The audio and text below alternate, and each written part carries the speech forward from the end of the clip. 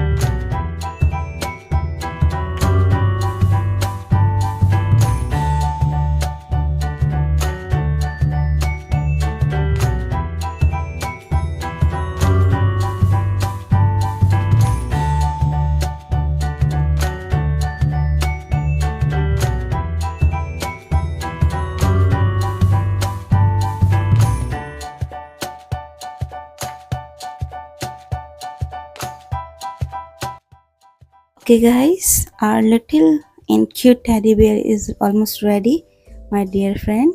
Just like a teddy bear, this drawing is a reminder that something, the simplest thing, bring us the most comfort and happiness. I hope you enjoyed drawing with me today.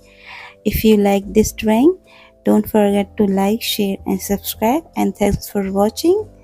And of course, subscribe for more happy, heartfelt drawing. Until we will meet again in the next video. Till then, bye bye.